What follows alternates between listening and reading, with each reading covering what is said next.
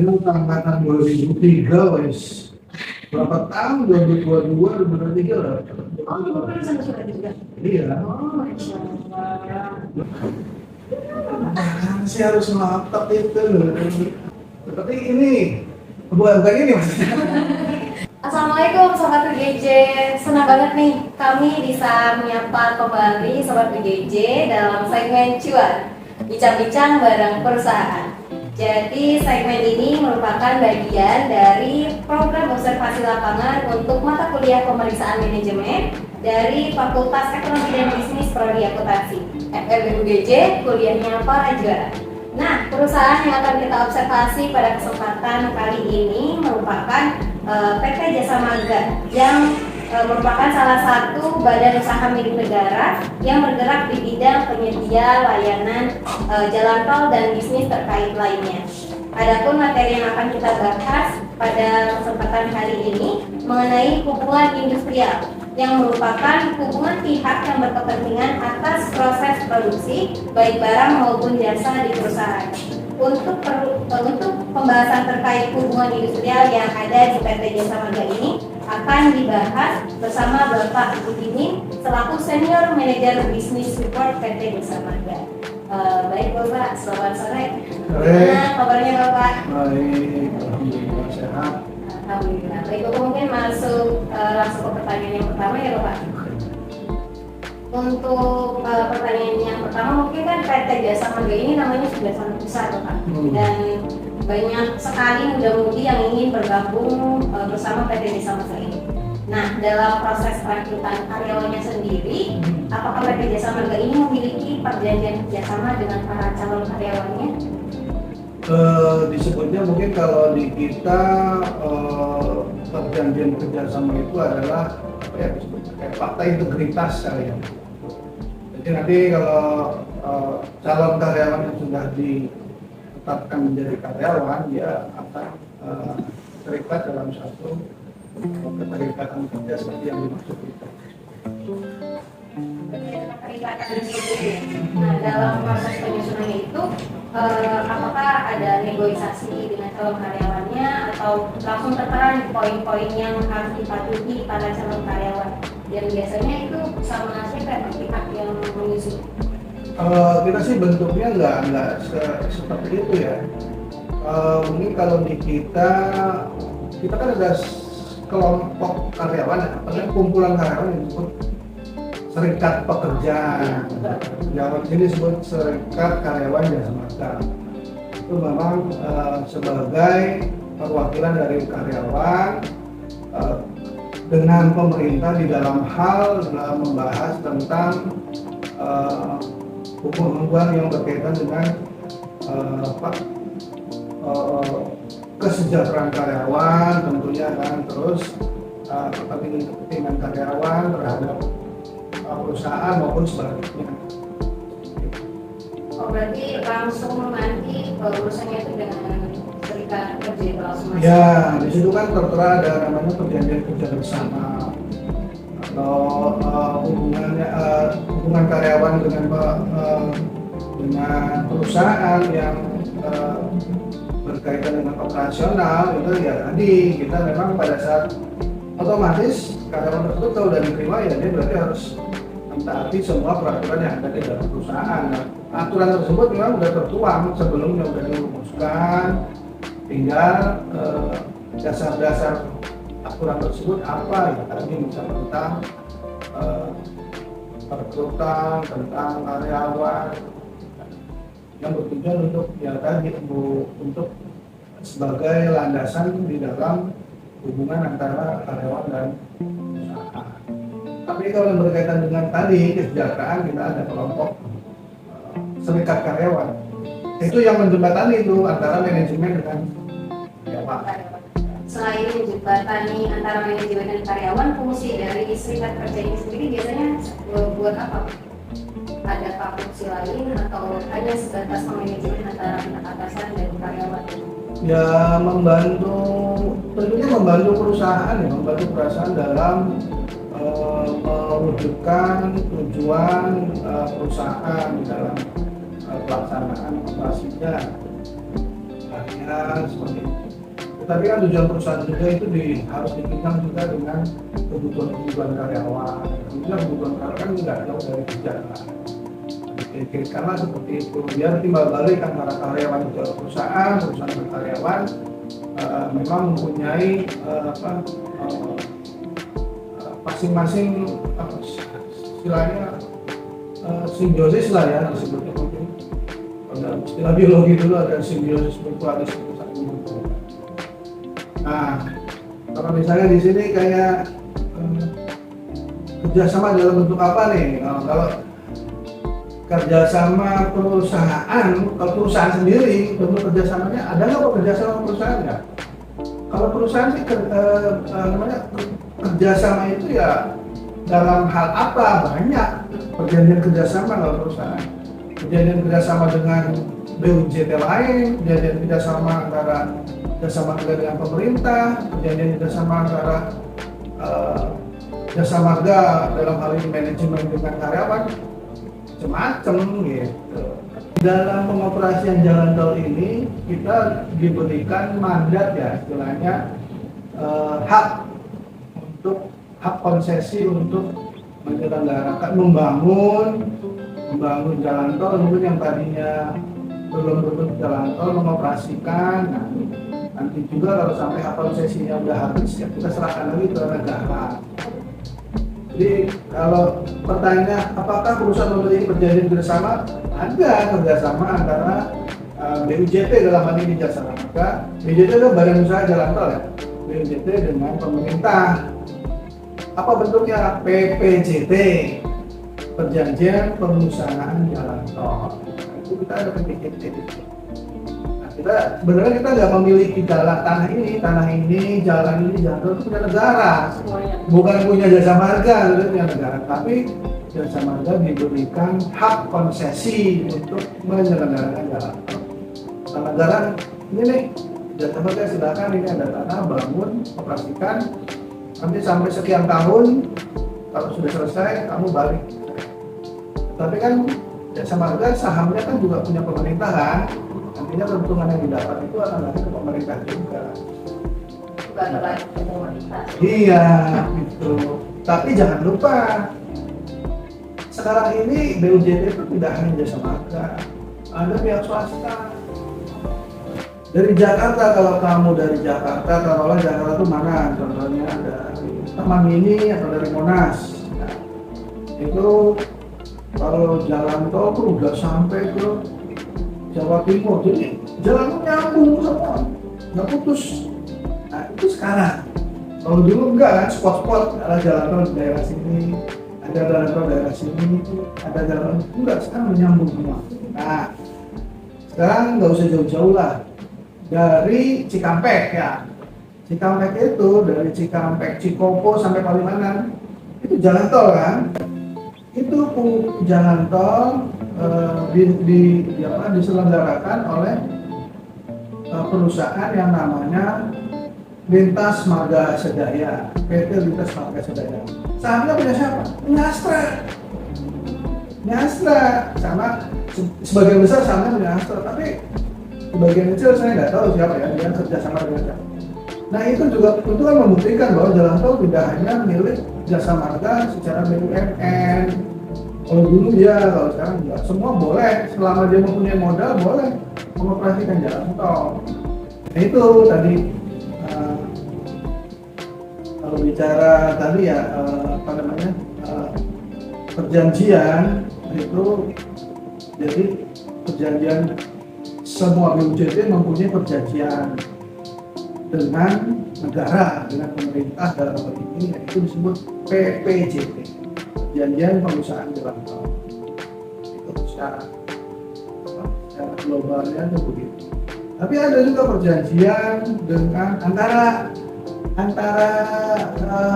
jasa marga dengan waskita, itu kan nyambung tuh, nggak ada gate, nggak ada gerbang ya, dia nyambung tuh. Kendaraannya masuk jalan tol, keluar dari pejagaan masuk keluar Palikanci. Nah itu kita ada perjanjiannya. Artinya di perjanjian itu misalnya, oh ini kendaraan ini nanti masuk sana, pendapatan tolnya dibagi berapa porsinya sesuai itu. Dan ini juga diikat dalam perjanjian. Jadi segala sesuatunya yang berakibat terhadap kedua belah pihak itu pasti ada perjanjian.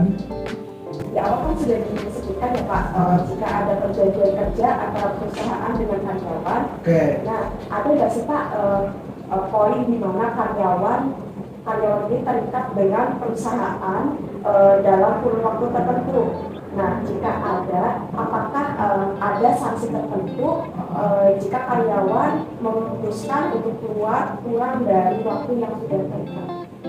Itu kalau di kita disebutnya ini antara PKWT dan PKWTT. PKWT adalah perjanjian kerja waktu tertentu. PKWTT perjanjian kerja waktu tidak tertentu. Dalam hal ini bisa dikatakan tidak tertentu adalah karyawan organik. Artinya dari masuk sampai sekarang mereka nggak ada upgrade perjanjian. Jadi sampai dia pensiun baru berakhir tuh perjanjian kerja dengan perusahaan.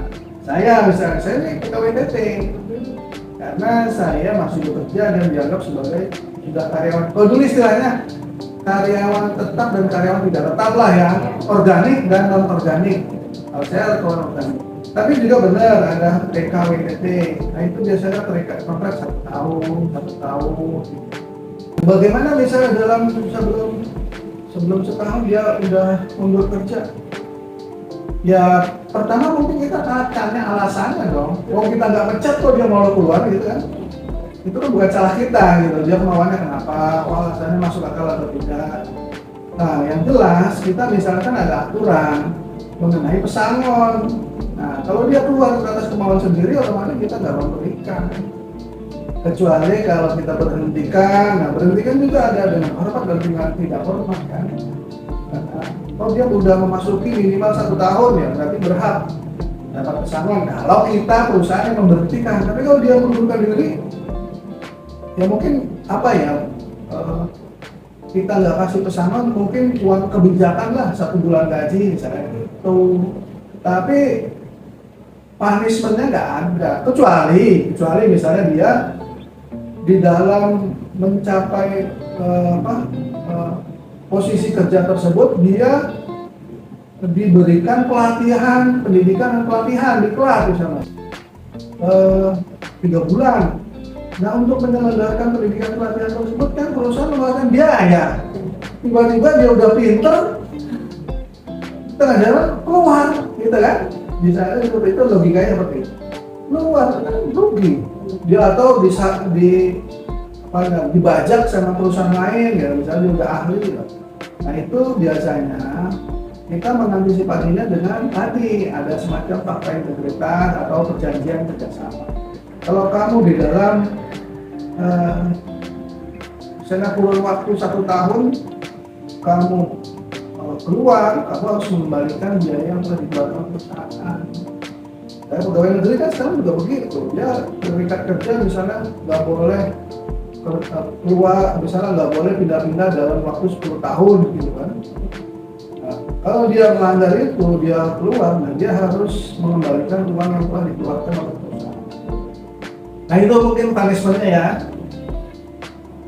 Untuk peraturan dan etika kerja di sini perusahaan itu apa yang istilahnya tuh, apakah ada etika yang sudah ditetapkan atau yang ditetapkan gitu Pak?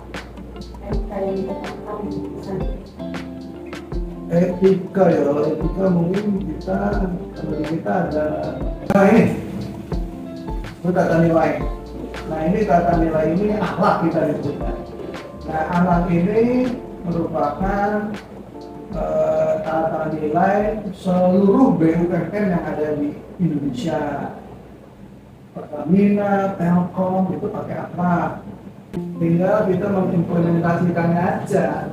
Misalkan saya nih sudah mengetahui tata nilai perusahaan adalah akhlak, dan saya harus men-sharing ke teman-teman di sekitar saya, ke bawahan saya. Apa itu misalnya amanah, memegang teguh kepercayaan yang diberikan. Itu juga etika kan maksudnya kan. Dalam hal ini nanti ada turunannya, amanah ini apa? Kita harus apa gitu. Nanti ada juga di sampingnya, kita tidak boleh apa gitu. Itu sih secara teori kita tidak boleh, kita harus mengerjakan, kita harus tidak boleh mengerjakan. Ini tata nilai dari dari BUMN. Nah, kita juga punya tata nilai sendiri, gitu. Tapi turunan dari ini, turunan dari alat ini.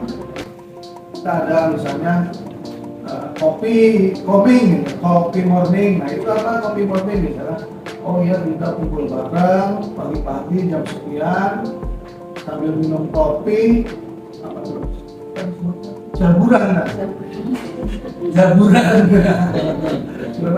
Jaburan terus di dalam sela-sela kita minum itu kita ngomong apa nih tentang pekerjaan, kendala-kendalanya apa? Saya sharing tentang pekerjaan, nanti bawah saya sharing, Pak, kami kendalanya ini. Nah itu kan bernilai positif kan? Itu masuk kategori ahlak yang mana nih misalkan. Oh itu bisa masuk ke yang harmonis, Pak, saling peduli dalam menghargai perbedaan. Bisa juga masuk dalam tata nilai ahlak yang mana, yang kolaborasi. Nah itu jadi semuanya tata nilai ini bisa diturunkan ke tata nilai yang di perusahaan, skop perusahaan sini, di cabang ini. Nanti implementasinya seperti apa? Kopi morning, terus ada lagi hibar kegiatan bareng misalnya. Bareng ngapain aja misalnya kita setiap 5 pagi ada senam. Terus kadang-kadang sebulan sekali kita ada tuh kalau jalan-jalan tuh. Jalan santai kemana, misalnya ke Talun, lewatin kebun-kebun atau rumah-rumah penduduk. Ya, itu tujuannya tadi, selain olahraga juga untuk kolaborasi. Untuk di sini sendiri, apakah ada peraturan kedisiplinan yang spesifik untuk karyawannya? Ada pasti. Itu ada tingkatan-tingkatannya. Kalau misalnya pelanggaran kecil, paling surat peringatan. Surat peringatan juga tuh ada peringatan 1, peringatan 2. Ada nanti di atas surat peringatan, misalnya surat teguran atau apalah, nanti sampai yang lebih tinggi adalah surat pemecatan, pastinya itu ya. Karena kalau nggak dibatasi itu kan nggak jelas punish and reward-nya, ya kan? Sebaliknya kalau orang yang karyawan yang berprestasi juga kan pasti harus sudah lazim dia menerima reward. Nah, reward juga itu bisa berbentuk tadi penghargaan, tapi juga bisa bentuk dalam nominal kenaikan gaji. Kamu berdua kerjanya sama-sama, tapi satu lebih rajin, datangnya lebih pagi, setengah 8 dan datang, pulangnya malam. Loyal kan berarti kan? Loyalitasnya ada, berarti masuk kan kata nilai apa ini kan? Ya, tentunya pada saat nanti akhir tahun ada kenaikan gaji, kalau kamunya terima 1.000, mungkin temannya yang gaji cuma 2.000. Nah itu bentuk reward juga. Begitu juga di Jaspro, tiap orang tuh beda-beda jasa produksi. Jaspro tahu kan? Bonus. Nah, itu bonus itu merupakan penghargaan perusahaan kepada karyawan yang diambil sekian persen dari laba yang didapat. Apakah perusahaan jasa marga ini selalu meninjau aktivitas karyawannya, Pak? Kalau setiap pekerja kan dia harus ada nih outputnya, apa sih selama ini dikerjakan gitu kan? Saya akan nanya, ini kamu dalam sehari ini outputnya apa nih, kerjaan apa yang dikerjakan? Harus ada hasilnya dong gitu. Jadi kalau meninjau, mungkin sebetulnya memonitor lah, bisa diukur dari output yang diberikan. Kalau dia nggak ada outputnya, berarti nggak kerja dong gitu kan? Logikanya gampangnya seperti itu. Misalnya adik-adik dari bagian akuntansi, outputnya apa nih? Pertama mungkin kalau tiap tahun menyusun anggaran. Kedua, menganalisa anggaran. Nanti menganalisa anggaran, terus hasilnya melaporkan. Dari laporan itu dievaluasi. Dari evaluasi berarti nanti di review, di update sampai benar-benar kayak di laporan.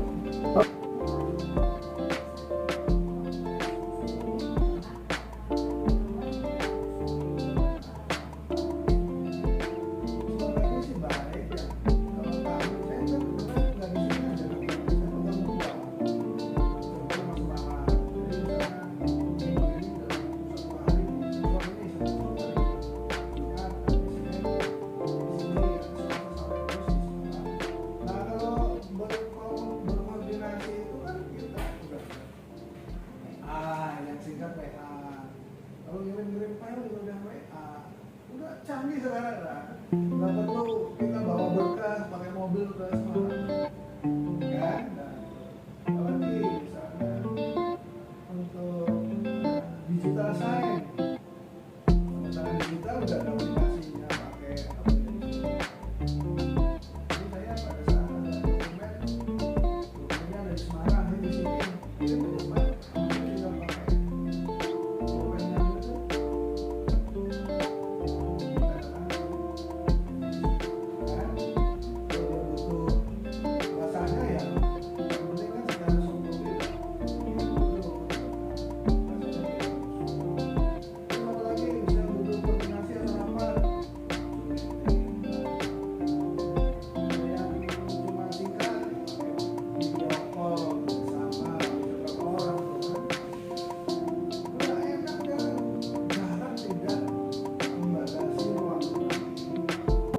Untuk fasilitas pada pusat ini karyawannya tuh Kalau typing itu berarti IT ya, informasi teknologi. Di sini udah lengkap banget, Pak. Artinya udah masuk yang paling canggih lah, semuanya udah dipenuhi oleh perusahaan. Kalau absen kerja, nggak perlu absen pakai amano itu cekrek gitu enggak. Cuma dulu pakai fingerprint ya, tetapi fingerprint harus di depan kantor kan? Iya, masuk kantor. Masuk ke kantor, tapi ini enggak. Itu udah pakai aplikasi namanya Jamprint, absen dari sini. Kita bisa absen di mana aja, cuma kalau kita absen nggak di kantor, kita ketahuan kan ada GPS, Global Positioning System. Itu boleh GPS, jadi dia akan menanyakan kenapa kok absen di luar kantor. Kita beri alasan, misalnya sedang perjalanan dinas. Kita udah kerjasamakan.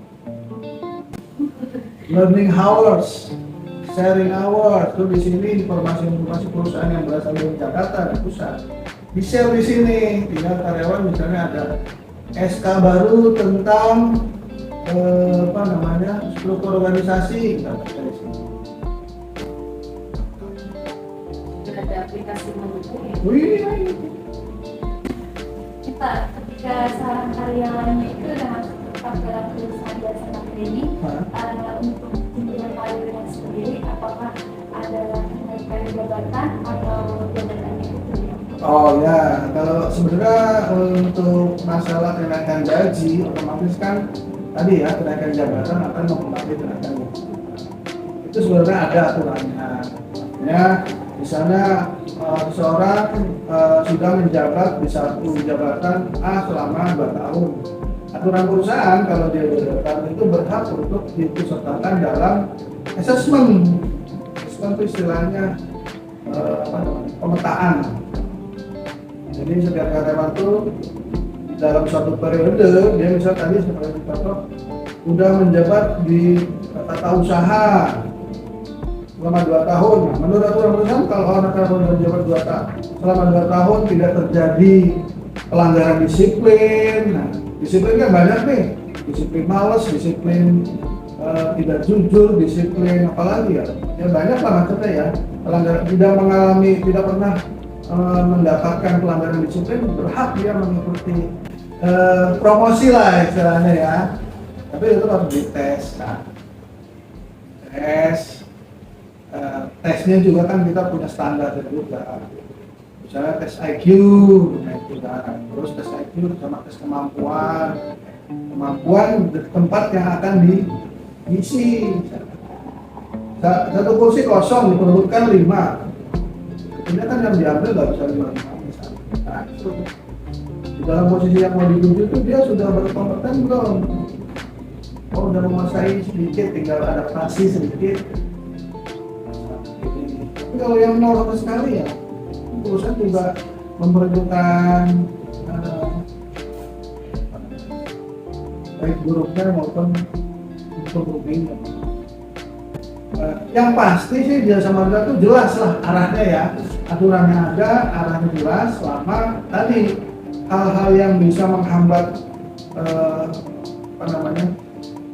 jenjang karirnya itu tidak dilaksanakan, tidak dilakukan, udah aman. Naik lagi. Oke, apa lagi? Udah. Ya, sudah Bapak. Udah. Ya, terima kasih Bapak udah bersedia untuk diobservasi pada desa Magen ini. Semoga obrolan kita pada sore hari ini memiliki manfaat. Amin. Ya, baik. Sekian obrolan kami bersama Bapak Budimin. Sampai berjumpa di segmen cuan berikutnya. Wassalamualaikum warahmatullahi wabarakatuh. Waalaikumsalam warahmatullahi wabarakatuh. Jasa Marga, Sesuai berkarya. Sip.